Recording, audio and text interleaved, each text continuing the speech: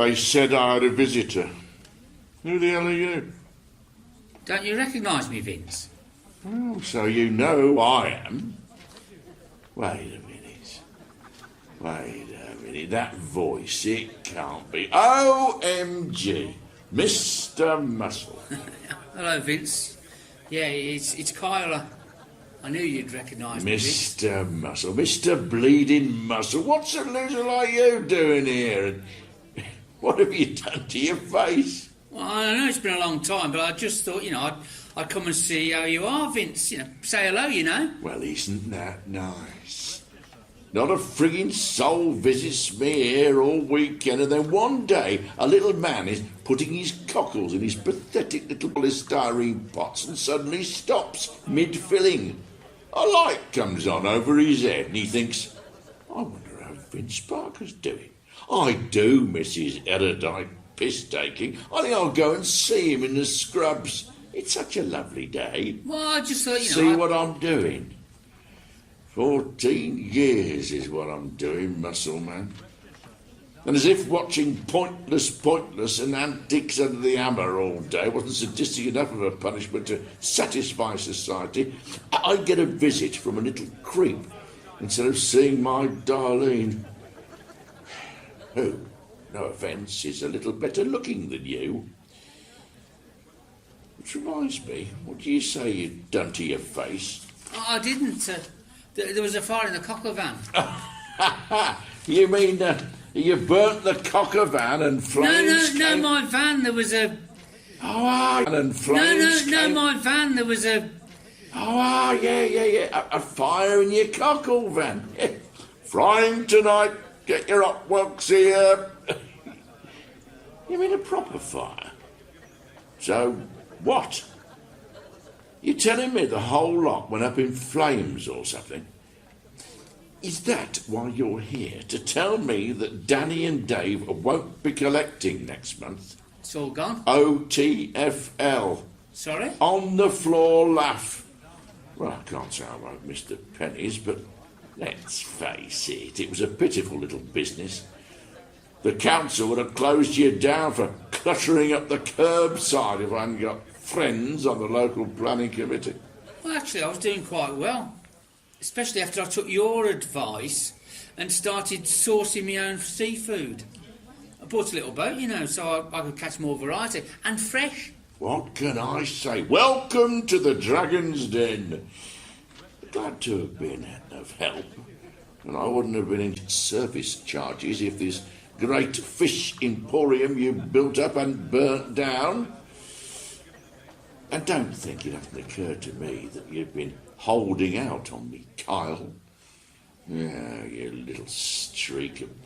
I might just get the D to visit you and check this fishy story out. Oh, see what I did there? Little joke.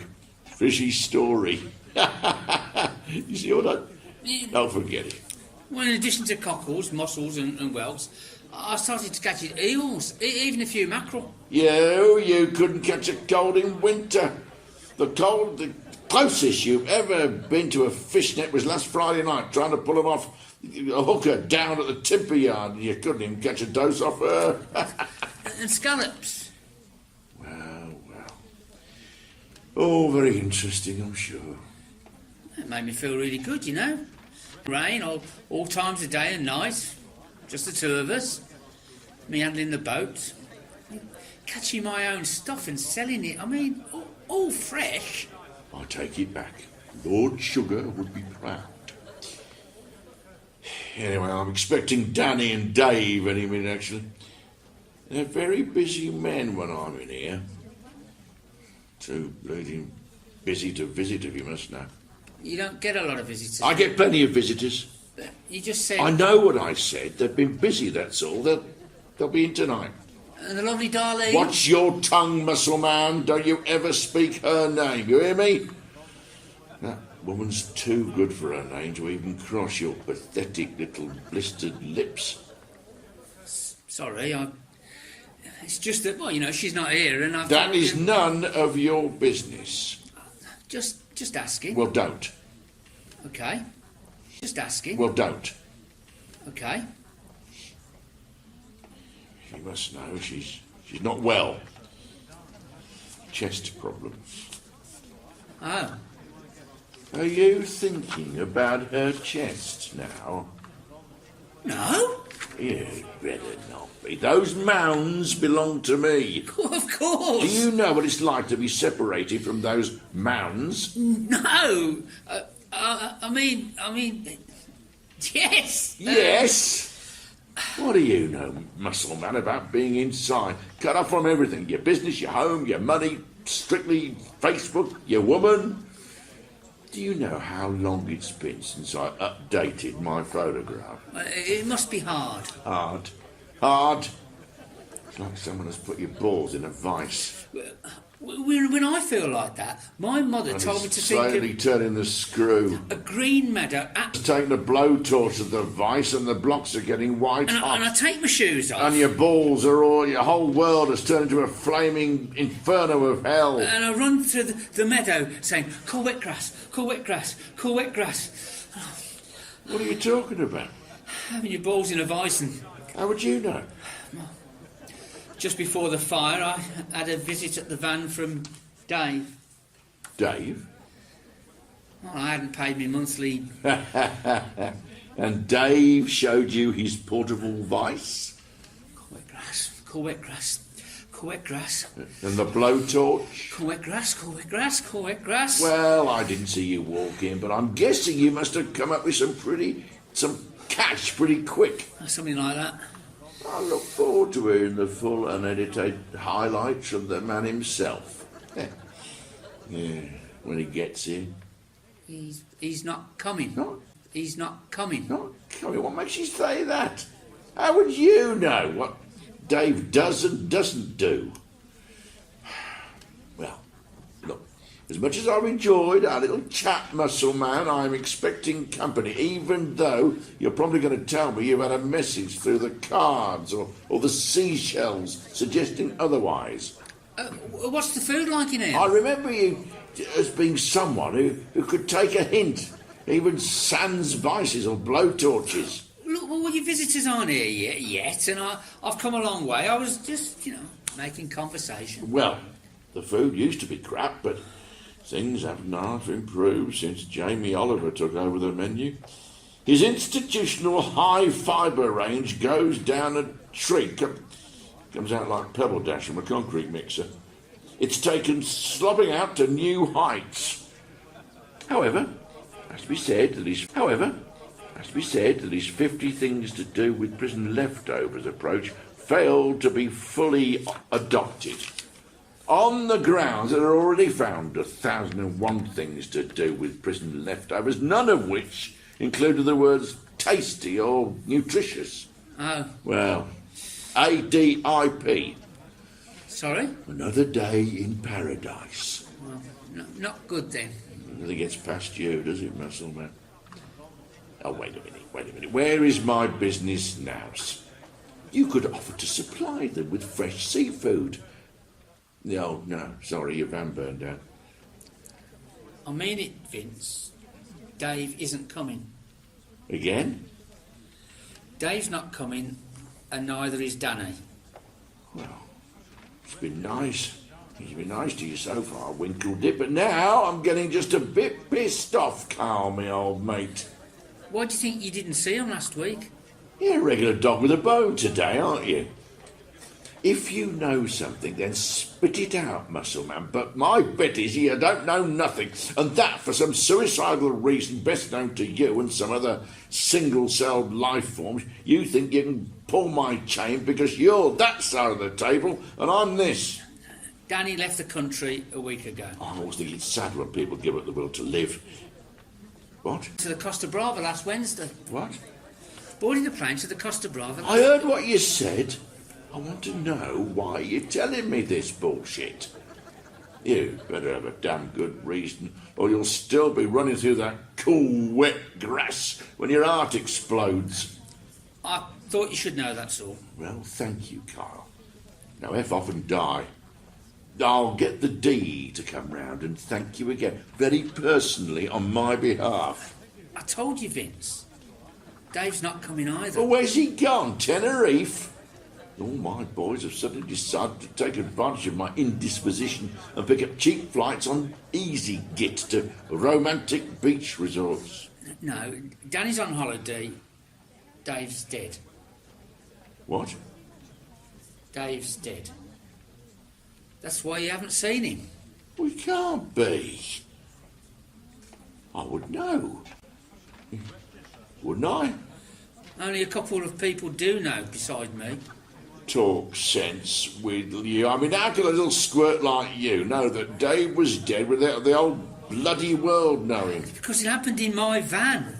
I told you that Dave came to see me at work and brought his vice and his little blowtorch by means of persuasion. The fire? Yes. Oh, I don't believe any of this. Darlene said you wouldn't. You've spoken to Darlene? Yeah, of course. Yeah, of course. What do you mean? Yeah, of course. Well, Darlene's just been great. You had a great woman there. Had? When I get out of here, I'm going to feed your balls to my dogs as a tasty appetizer that Hester Blumenthal could ever dream of serving up. I told you never to let Darlene's name cross your soon-to-be bloated lips. It was your idea that started the boat idea off. I mean, Darlene does love the water. This kamikaze mission you're on.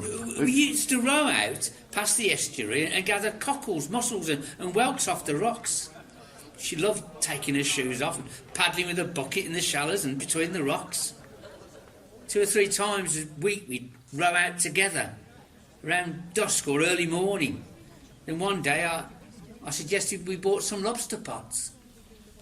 Lobster pots? Amazing things, lobster pots. Sitting deep below the water, undisturbed, just waiting, silently. You just have to know where to put them. You'd be surprised where some people put them. The great thing is that you just have to wait. When the time's right, go and collect. She's shown you my lobster pots, hasn't she? She said that going out in my little boat had opened up a whole new world for her. Seems she'd never been with a man who treated her like a real person instead of a trophy. We sailed and talked for hours about everything. She's a wonderful woman, Darlene. You sad, pathetic little man. Do you think my darling would settle for a little excuse for a limpet like you? In love with her, are you? She wants to live in the sun, away from the polluted haze of London, in clean air with a man who treats her like she's special, as she deserves. LOL. You? Do you think this is a bleeding, healing comedy? Kyle Pratt is Norman friggin' Wisdom in Carry On Taking Darlene up the Khyber. She told me her dreams one night in the boat, and then she showed me your lobster pots, Vince. Couldn't see them, not until we pulled them up. Thousands of them, worth millions. It must have taken you years to collect. Is this a setup? Who sent you here? Are you wearing a wire? If you're trying to stitch me up, I'll kill you. I'm not after you, Vince. EOL. Electric orchestra light? End of life. What do you want? My girl? Well, yes. You're crazy. But she doesn't want me. Hoping to win around, are you? Well, I've thought about it, but as you say, who'd want to walk off into the sunset with Norman Wisdom? RSAL. Reality sandwich at last. She's gone to Spain with Danny. Danny? Gone off with Danny? He's got nothing.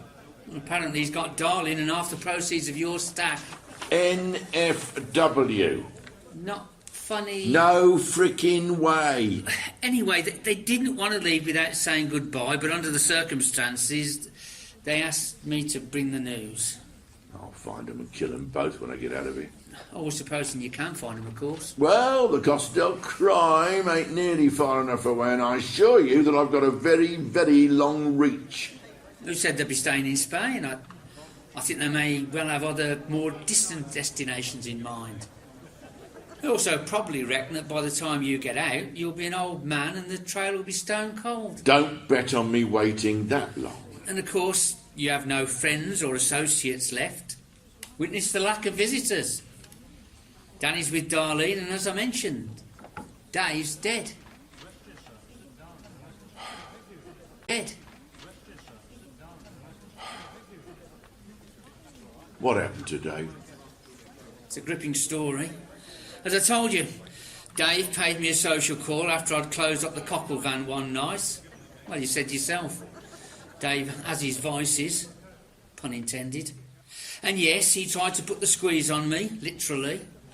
But as he lit the blowtorch, I managed to throw some cooking oil in his face, and the flame from the blowtorch ignited the fat. I stumbled round the van screaming, setting fire to everything he came in contact with. Tried to get out of the door, but I just had time to extricate my tackle from the vise and escape, locking the door as I fled the flames. I watched from a distance as the van was engulfed in flames and the screams faded. Yeah, well, Dave could get carried away with his work at times. Why haven't I heard about this through the grapevine? If not from my scumbag woman or a prick. I guess because we're the only ones who know that Dave is dead. But the fire, you must have told the police. You didn't tell them about Dave? They think I died in the van.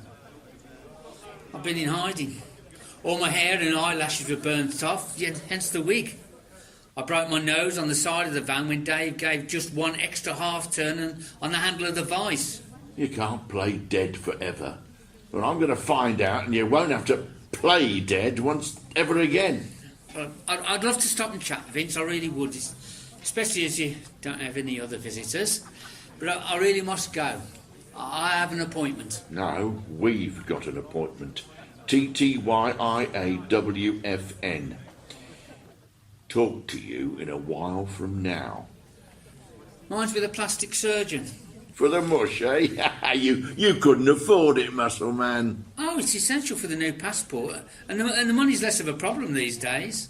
I told you. Darlene's sharing half the proceeds with Danny. The rest she gave to me. I'll destroy you. You're nothing. You're less than nothing. You can't do this to Vincent Parker. Bye, Vince. TTYL. What? To talk to you later? Tough titty, you loser.